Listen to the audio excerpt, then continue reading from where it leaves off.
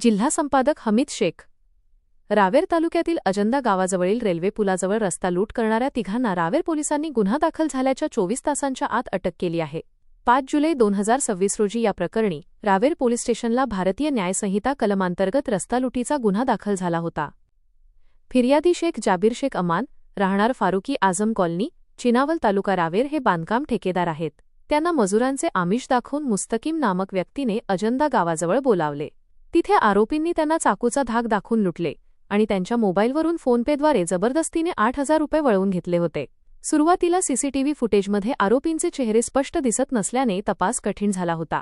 मात्र रावेर पोलीस स्टेशनचे पोलीस निरीक्षक संदीप पाटील यांना मिळालेल्या गुप्त माहितीच्या आधारे पोलिसांनी तपास करून आरोपींना ताब्यात घेतले. अटक करण्यात आलेल्या आरोपींमध्ये शेख मुस्तकीम शेख अकील, राहणार फतेहनगर, रावेर, शेख मोईन शेख नईम, राहणार खिरडी रोड, विवरा आणि फैजल बेग हितायत बेग, राहणार शंकर प्लॉट, रावेर यांचा समावेश आहे.